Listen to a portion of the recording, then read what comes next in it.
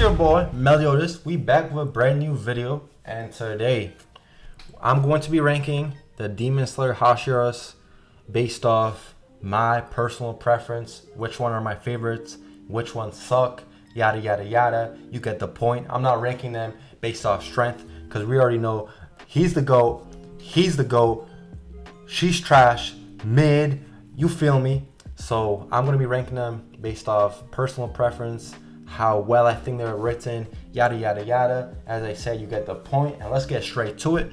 Before I continue, my next video I'll be ranking the Demon Slayer Infinity Castle arc fights from worst to best.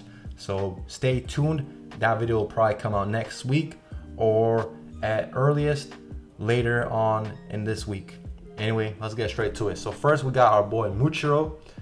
You know, I like him. I really liked him in the Swordsmith Village arc, and you know, especially, oh yeah, spoilers ahead, minor spoilers ahead. Anyway, as I was saying, I really liked him in the Kokoshibo fight. I think he really proved himself to be a warrior. I'm not gonna lie, I feel like he kind of went out sad, but I guess it makes sense. He is the youngest Hashira from here. He's definitely the most talented. Give him a few years and he's probably stronger than Gyume and Sanemi. But overall, I'll give him a if we're keeping S to only one character, I'll give him a B. Because there's definitely a few characters I prefer over him, but he's solid for sure. Next we've got Gyu. Same with Muchiro, I like him. I think his fight with Alcazar and Tanjiro was amazing. He did his part, and especially in the end when Tanjiro turned into a demon king, he did his best to, you know, try to save Tanjiro from you know, fully manifesting to a Muzan 2.0 but stronger. And I liked Gyu's character. You know, I feel like he was kind of overlooked by many, or not overlooked, but he was just very underrated in my opinion. You know, he's just a very shy, introverted sort of character. He wasn't really able to get along very well with others. What the heck is that sound? But anyway, as I was saying, you know, I think he's just very what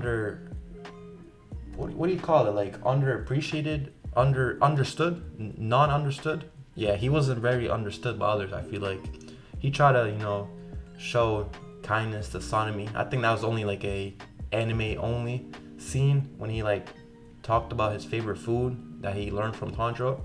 But I like Gyu's character a lot. He was a real one. The friends that he did have, he was a ride or die for them. So he's a solid B. Now we got Gyume, which honestly, I'm not gonna lie to you, I'm gonna put him C. And as I said, this is very subjective, right? Subjective, not objective. It's very subjective. I think he's a hell of a character. He's so strong. He's the strongest Hashira. He had, you know, his part in the Kokoshibo fight. He really carried them boys, and he, you know, he did his part with the Muzan finale as well. But like overall, I don't know. Like, I feel like he ended off at a good note. I'm glad the children, you know, were able to not really forgive him, but like talk to him. And it was very emotional, but I just feel like I prefer some of these characters significantly more to Gyume, if I'm being honest. Maybe that'll change when I see the, you know, the finale, the final two arcs in anime, but manga wise, I don't know. He was just there. At the beginning, especially, I did not care for this dude at all. I definitely thought he had the coolest character design, apart from like Tengen. But yeah, he's just cool, you know. Like, I could give him a B if you guys really want, but I feel like that's just like a pity B, you know what I mean? Next we got Sanemi. I'm gonna give him A. That's my boy Sanemi. Bro, when I'm telling you this, I did not like this dude at all. If you're an only anime watcher, I was like, yo, this guy's a school threat.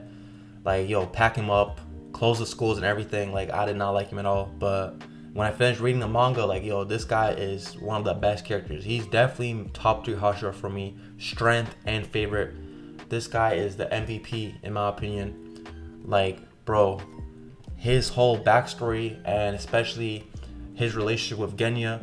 Like, I feel like he didn't have to be so much of a, D-head to him. But at the end of the day, it was just brotherly love. And I really almost shed a tear when Genya died, bro. Yo, I said minor spoilers. I'm spoiling like crazy. But yeah, like, when that gets animated, I'm gonna be crying for real, bro. Like, that was so emotional. I feel for him. He deserves the best. Sonomi is just a very cool looking character. He looks kind of like Grimjow from Bleach. And like, what was the other one I was thinking of? And Bond from Seven Deadly Sins. So he already got the, the package, like, pause. But he already got, like, how he looks. He just looks dope. So he's a good, like, pause, good looking character in terms of design. But then just his, like, actual, like, story, background, and just his, like, personality just makes him amazing. Next we got Kenroji. I ain't gonna lie to you, I'm gonna put her in D. I feel like she probably my least favorite Hashira. Nothing against her, she didn't really do anything wrong, but she was just whining quite a bit in the final, fight. And I get it, she's not the strongest. She had to be carried by her boyfriend Obanai. I feel that she was pretty good in the Swordsmith Village arc. I liked her, but I mean, I don't know, I just prefer all these characters over her, if I'm being honest. I feel like the bottom two are probably her and Shinobu. I'm not being sexist, I promise. But Shinobu had a really good backstory, at least, especially with her fight with Doma. So that's why I put the edge to her instead of Kenroji, if I'm being honest. But yeah, as I was saying, Shinobu is probably a C. She's a little better than Kenroji, but she could be here as well, if I'm being honest. She's cool. She pretty. No weird stuff right now. I'm not, what do you call them? Boys that like anime girls. I'm not one of those, but she cool. When you get to learn more about her in the upper two rank fight, I think she has a good background. I feel like she kind of went out sad, if I'm being honest though. But she did her part. She was kind of like an MVP with Tamayo. So yeah, she's cool. Next we got the glorious King Tenzin. Yeah, there's no explanation needed. He's S tier. He's too flashy. That's why he's S tier. He's the GOAT. Now, a joke aside, this guy is like, bro, he's like Sanemi but better, if I'm being honest. Like, I feel like they did him so dirty that he's like not really included in the finale, but it makes sense because he almost got his pack smoked by I forgot the guy's name, the upper six guy or whatever his name was. Like, I don't know his name. I'm not even gonna try to pronounce it. I know it was like the sister, like the brother of Daki. I know her name was Daki, but yeah, he got packed. It's good that Tanjiro clutched him up, but apart from that, this guy is so flashy. His character design is definitely the best from all the Hashira, in my opinion. Just his personality is dope. I don't really think he had anything crazy of a backstory, but I like his relationship with his wives. Like, he's a good husband, no weird stuff. But you feel me? He's just flashy, man. That's realistically why he's number one. If I'm being honest, bro, he's probably number one just because of his character design. Like, I might be biased, but I'm just being honest, bro. He's the GOAT. Next, we got Rengoku, which honestly I kind of have mixed feelings about.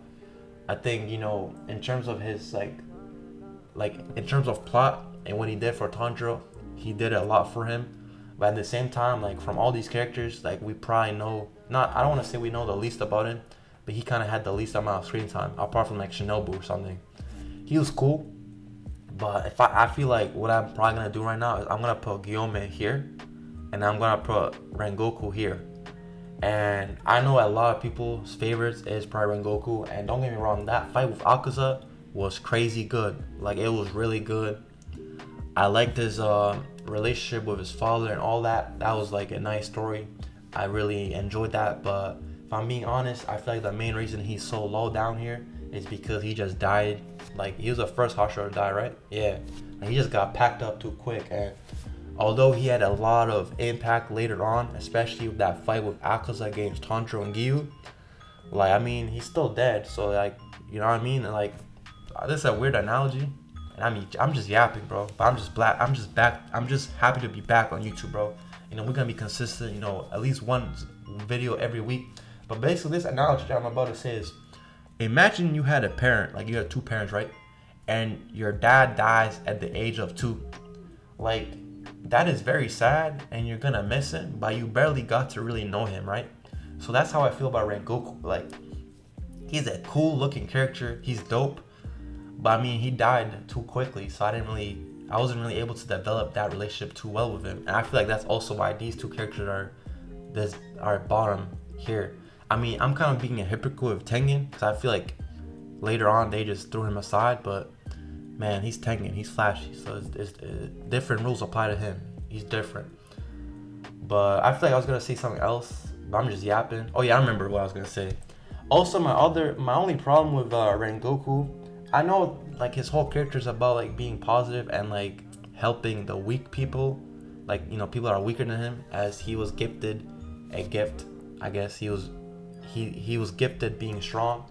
But I feel like sometimes he was an NPC. Like, you kind of saw how he responded a lot of the time. He just responded in one word answers.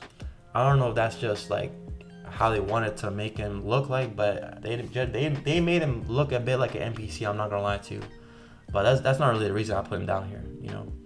And then last we got Obanai. This is another A tier. Obanai, bro. When I'm telling you, Obanai was in the same boat as Sanemi before the Infinity Castle arc.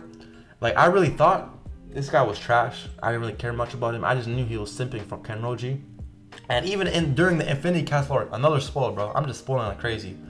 Yo, I really thought this guy did nothing. Like, for a chapter, I thought he died to the upper four. Like, you know, the one that was controlling the Infinity Castle.